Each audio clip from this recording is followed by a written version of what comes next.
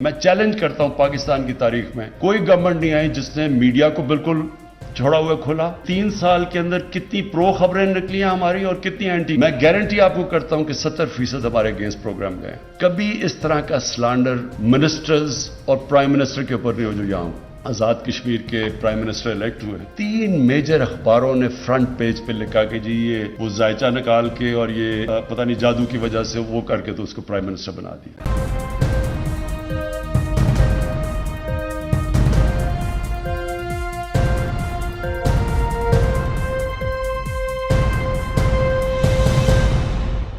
अस्सलाम वालेकुम नाज़रीन, मैं हूं मंसूर अली खान। अपने यूट्यूब चैनल के ऊपर आपको खुशामदीद कहूँगा। सबसे पहले आपसे दरख्वास्त के चैनल को सब्सक्राइब करना मत भूलिएगा और बेल आइकन ज़रूर प्रेस कीजिएगा। मैं जानता हूं आप हैरान हो रहे होंगे कि आज जो हमारी मामूल की जगह होती है मैं वहाँ से वीलॉग नहीं कर रहा। उसकी वजह यह है कि मेरे घर में थोड़ी सी कंस्ट्रक्शन हो रही है जिसकी वजह से हमें थोड़ी सी ज़रा जगह तब्दील करनी पड़ी। अच्छा, जो टॉपिक है जिसके ऊपर मैं बात करना चाह रहा हूँ, आज मेरे कप्तान एक जो तकरीब थी उससे ख़िताब कर रहे थे और उन्होंने इस मौके के ऊपर एक तो मीडिया के हवाले से बात कही कि जी मीडिया को जितनी आज़ादी हमने दी है पूरे दुनिया के अंदर, पाकिस्तान में इतनी आज़ादी पिछले 3 साल में आज तक मीडिया को कभी नहीं मिली। और दूसरी बात उन्होंने ये फरमाई जो जिसके ऊपर बेसिकली मैं बात करना चाह रहा हूँ, मैं बाकी तो और तो बातें तो बड़ी थी उसके अंदर। दूसरी बात उन्होंने ये कही कि जी जो हमारे साथ होता है कि 70% खबरें जो हैं वो हमारे ख़िलाफ़ लगती हैं या एंगलिंग के साथ लगती हैं। तो और एक उन्होंने मिसाल दी कि जी आज़ाद कश्मीर का वज़ीर आज़म लगाया गया तो 3 अखबारों के फ्रंट पेजेस के ऊपर ये ख़बर आई कि जी पता नहीं इनका जायचा निकाल के जो है या वो जादू टोने का जो है वो चक्कर है, तो जिसकी वजह से जो है वो इस वज़ीर आज़म को जो है वो अपॉइंट किया गया है। और ये कितनी शर्म की बात है। वो बेचारा वो जो वज़ीर आज़म है वो भी क्या महसूस कर रहा होगा कि जी मुझे क्यों चुना गया है। और ये पूरी दुनिया में अगर कहीं भी होता तो मैं पता नहीं कितने करोड़ों के अरबों रुपए के केसेस जो है वो मैं जो है डिफेमेशन के मैं जीत सकता था अगर ये सब कुछ होता, अगर मगरबी किसी भी मुल्क में होता है सब कुछ होता। अच्छा, अब इसके ऊपर मैं आता हूँ। मैं अब आपको आज वजह बता ही देता हूँ। ये जो जादू टोने की और ये जो जायचे की बातें हैं ये आती कहाँ से हैं, ये मैं आज आपको बताता हूँ, आपके साथ शेयर करता हूँ ताकि आपको पता लगे। और आपने नोट किया होगा मैंने आज तक कभी इसके ऊपर बात नहीं की। आपने कभी भी उठा के देख लीजिए मेरे कोई भी व्लॉग, मेरा प्रोग्राम, कभी भी नहीं, मैं कभी भी इस टॉपिक पर डिस्कस नहीं करता। लेकिन आज मैं इसलिए करूँगा क्योंकि आज इस टॉपिक को लेकर मीडिया को हिट किया गया है, इसलिए मैं आज इसके ऊपर मैं बात ज़रूर करना चाहूँगा। दूसरी बात, ज़रा सबसे पहले मीडिया की आज़ादी के ऊपर आ जाइए। मेरे ख्याल में मीडिया कितना आज़ाद है पिछले 3 साल में। हम अगर 1 मिनट के लिए वो तमाम चेहरे देख लें जो आज मीडिया के ऊपर नहीं है तो अंदाज़ा हो जाता है कि ये मीडिया कितना आज़ाद है। चाहे वो मामला जो है वो तलत हुसैन का हो, चाहे मामला जो है वो और ऐसे कई सहाफ़ियों का हो। कई ऐसे सहाफ़ी हैं जिनके शायद मैं भी नाम नहीं जानता। हकीकत तो ये है, मैं भी नुसरत जावेद साहब हो गए, ये तो बड़े बड़े नाम हैं ना, ऐसे नाम हैं जिनको आप सब जानते हैं। ये किस तरह पर्दे से हटा दिए गए। हामिद मीर साहब का एग्जांपल आपके सामने है और इस तरह के बहुत से लोग हैं, लेकिन ये बहुत कम है। ये वो लोग हैं जिनको आप पहले से जानते थे, इसलिए आपको महसूस हो रहा है, इसलिए आपको एहसास हो रहा है कि ये किस तरह स्क्रीन से हट गए। और कई ऐसे लोग हैं जो जिनका पता ही नहीं लगा कि वो क्यों हट गए। कई ऐसे रिपोर्टर्स हैं जो इस तरह हट गए, आपको नहीं पता क्यों हट गए, हमें पता है क्यों हट गए। ठीक है। अच्छा, फिर कई ऐसे लोग हैं मीडिया के अंदर जो जिनको डाउन साइजिंग के नाम के ऊपर निकाला गया, हटाया गया। चलें उसके ऊपर तो ये लोग ये कहते हैं कि जी हमारा फाइनेंशियल मॉडल ख़राब था, तो फाइनेंशियल मॉडल ठीक करने के चक्कर के अंदर जो है वो लोगों ने जब उसको ठीक किया तो लोगों को फायर कर दिया गया। चलें मैं 1 मिनट के लिए इस पर डिबेट नहीं करता, लेकिन मैं इसके ऊपर तो डिबेट कर सकता हूँ कि आप लोगों के दौरे हुकूमत में कितने लोगों के इंटरव्यूज़ बंद करवाए गए, कितने लोगों के इंटरव्यूज़ ऑन एयर जाने वाले थे उनको बंद करवा दिया गया, कितनी दफ़ा कितनी तकरीरें थी जो कट नहीं होने दी गई, और कितने लोगों के जो प्रोग्राम्स थे उनके अंदर रद्दोबदल हुआ। वो क्यों हुआ? आपके ख्याल में कोई गैबी ताकत आई थी? कोई किसी ने पाकिस्तान के बाहर से कोई फ़ोन किया था? ये सब कुछ आपके दौरे हुकूमत में हुआ है, इसका क्रेडिट आपको जाता है। तो इसलिए ये बातें मत करें, ये अच्छा नहीं लगता अगर जब आप इस किस्म की बातें करते हैं ना कि जी हमारे दौरे हुकूमत में। आपको ज़हन में रखिएगा प्रीडेटर ऑफ मीडिया फ्रीडम का लक़ब दिया गया है, आपके लिए ये लफ्ज़ है ये आपको international community reporters without borders की जो वेबसाइट है वो आपको इस नाम से पहचानती है। इसलिए ये बातें मत करेंगे फ्रीडम ऑफ मीडिया जो है जितना आपके दौर में प्रैक्टिस किया गया वो नहीं हुआ। आपको जहाँ तक जितना काबिल कबूल रहा वो काबिल कबूल रहा, जब नहीं रहा तो वो बंदा नहीं रहा। एक बात मेरे साथ भी, मैं अपने साथ अपने मेरे चंद इंटरव्यूज़ को लेके किस तरह उनको रोका गया, ठीक है, रोका कैसे गया, रुकवाने की कोशिश की गई, रोका तो नहीं, रोक सके नहीं आप, रुकवाने की कोशिश की गई, वो फिर मैं कभी किसी दिन बताऊंगा, किसी दिन जब वक्त आएगा तो फिर मैं बताऊंगा, अभी नहीं, अभी छोड़ दें इस चीज़ को। अच्छा, अब आ जाइए ये जादू टोने की और ये जो जायचों की बात है। मैं पहले इस पर डिटेल से जाने पहले ज़रा आपको एक चीज़ मैं क्लियर कर दूँ। मैं इस चीज़ को बड़ी घटिया हरकत समझता हूँ कि मैं कभी किसी की पर्सनल लाइफ पे या उसकी प्राइवेट अफेयर्स के ऊपर मैं कमेंट करूं।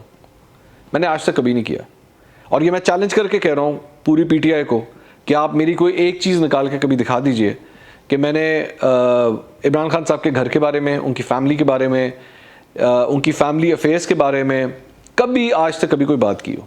नेवर एवर, क्योंकि ये दिस इज़ बिलो मी, ठीक है। तो कम से कम मुझे तो आप इसका कसूरवार नहीं ठहरा सकते। एक बात मैं तनकीद करूँगा, मैं तनकीद वहाँ करूँगा जहाँ पे तनकीद होनी चाहिए, और उतनी करूँगा जितनी होनी चाहिए, ना उससे ज़्यादा करूँगा ना उससे कम करूँगा, ये भी ज़हन में रखिएगा। अच्छा, दूसरी बात ये आपको मैं बात करते करते ये लाइट आपको डिफरेंट फील होगी, हमारे यहाँ लाइट गई हुई थी, लाइट आ गई है।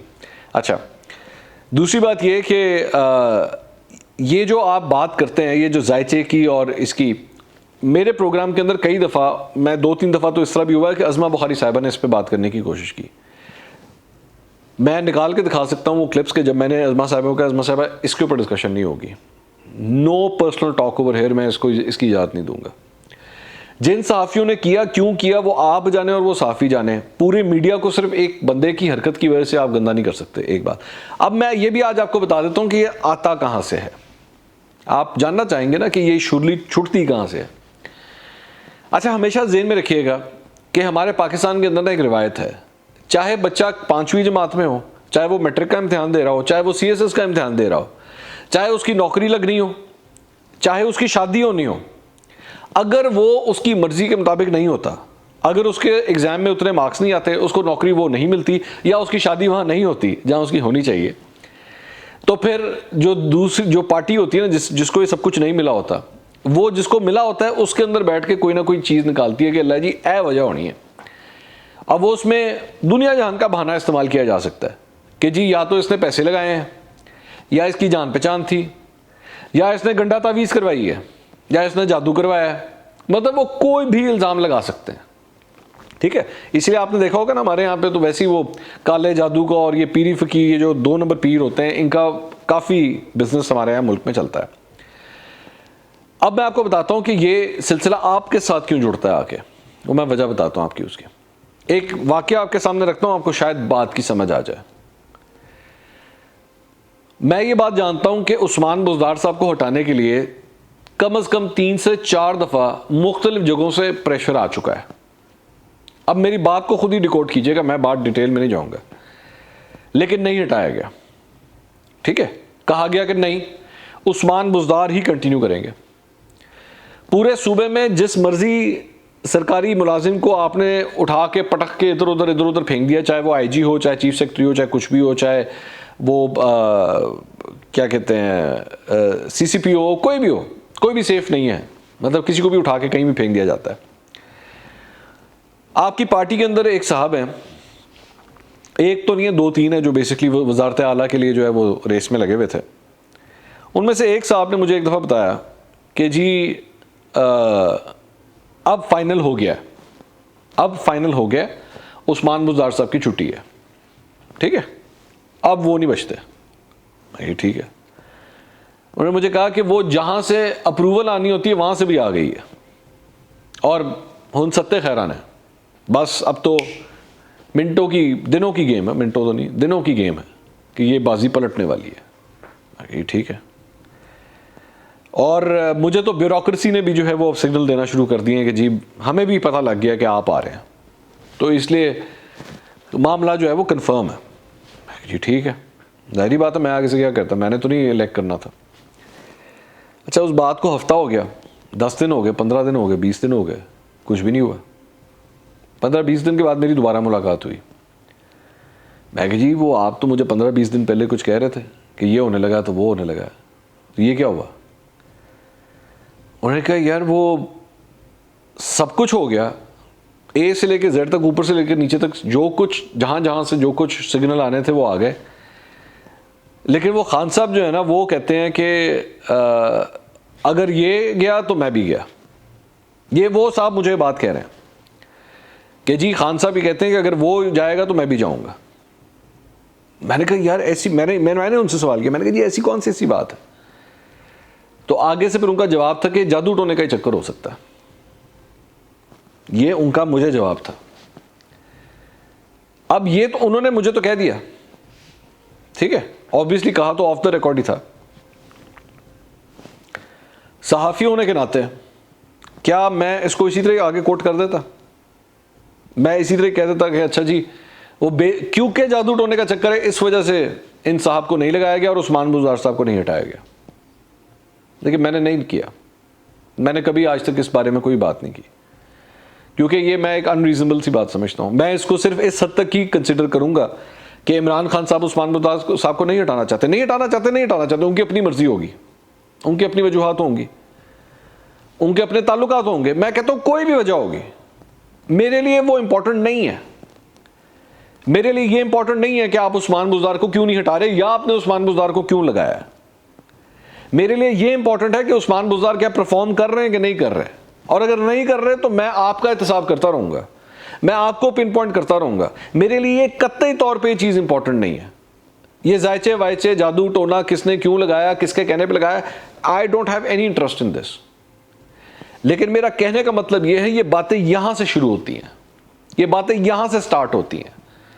जब आपकी पार्टी के अपने अंदर के लोग, जब उनको नहीं मिलती कोई सीट, तो वो इसका कसूरवार इन चीजों को ठहराते हैं और यहां से फिर साफी उसको पिक कर लेते हैं। उनमें से कुछ पिक कर लेते हैं, कुछ छोड़ देते हैं, मुझे से छोड़ देते हैं। मैं कहता हूं नहीं यार ये इंपॉर्टेंट बात नहीं है, मैंने इस पर बात नहीं करनी, मेरे लिए इंपॉर्टेंट नहीं है। किसी के लिए होगी, लेकिन वो स्टार्ट यहां से करती है, वो बातें यहां से। आज 3 साल के बाद भी यही चीज बार बार लाहौर और पंजाब के सर्कल्स में डिस्कस होती है कि उस्मान बुज़दार अगर आज तक इस सीट पे बैठे हुए तो क्यों बैठे हुए, यही कहा जाता है बार बार। देखिए मैं उसको फिर भी इंपॉर्टेंट नहीं समझता। आज आपके साथ इसलिए ये सारा कुछ डिस्कस और शेयर कर रहा हूं क्योंकि आज खान साहब ने बात कही है।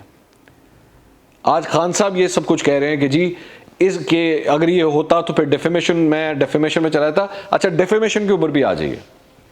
खान साहब अगर आप इंग्लैंड के अंदर होते हैं ना, अगर आप मगरबी ममालिक के अंदर जिस किस्म के बयान आपने और जिस किस्म के इल्जाम आपने दिए हैं, आप यकीन करें आपका 300 कनाल का घर बिक चुका होता, आपका 300 कनाल का घर बिक चुका होता। सियासी जमात तो बहुत दूर की बात, आपको खड़े होने का मौका नहीं मिलना था जिस किस्म के आप इल्जाम लगा चुके हैं लोगों के ऊपर। 2013 के इलेक्शन के ऊपर आपने बैठ के पूरा 126 दिन का धरना दे दिया, जो बाद में झूठा साबित हुआ। जुडिशल कमीशन ने साबित किया कि आप झूठ बोल रहे थे, किसी किस्म की कोई मुनज़्ज़म धांधली साबित नहीं हो सकी। आपने 126 दिन का धरना दे दिया इसके ऊपर। इस्लामाबाद की एक एक सड़क आपने बंद करके रख दी, कुछ भी नहीं हो सका। ठीक है, साबित हुआ कि आप झूठ बोल रहे थे, आप गलत थे। आपने उसके बाद जो इल्जामात आपने शहबाज शरीफ के ऊपर लगाए, वो केस अभी तक चल रहा है कि जी मुझे 10 अरब रुपए की ऑफर हुई थी, वो केस अभी तक चल रहा है, वो वापस नहीं हो सका। 35 पंक्चर का इल्जाम आपने नजम सेठी के ऊपर लगाया, बाद में आपने कह दिया वो तो मेरा सियासी बयान था। ये डिफेमेशन नहीं है तो और क्या है? आप मीडिया की आजादी की बात करते हैं, आपके लोगों ने उस धरने के दौरान जियो के दफ्तर के ऊपर पत्थर मारे। वो चैनल्स, वो एंकर्स जो आपकी लाइन टो नहीं करते, मैं ये वाज़ेह तौर पे कह सकता हूं, इंस्ट्रक्शंस दी गई हैं आपकी पार्टी के अंदर कि इन लोगों को जाके टारगेट करो, इनकी ऐसी तैसी फेर के रख दो, चाहे फोटोशॉप तस्वीरें हो, चाहे गालियां हो, चाहे झूठ हो, ये सब कुछ आपके दौरे हुकूमत में हुआ है।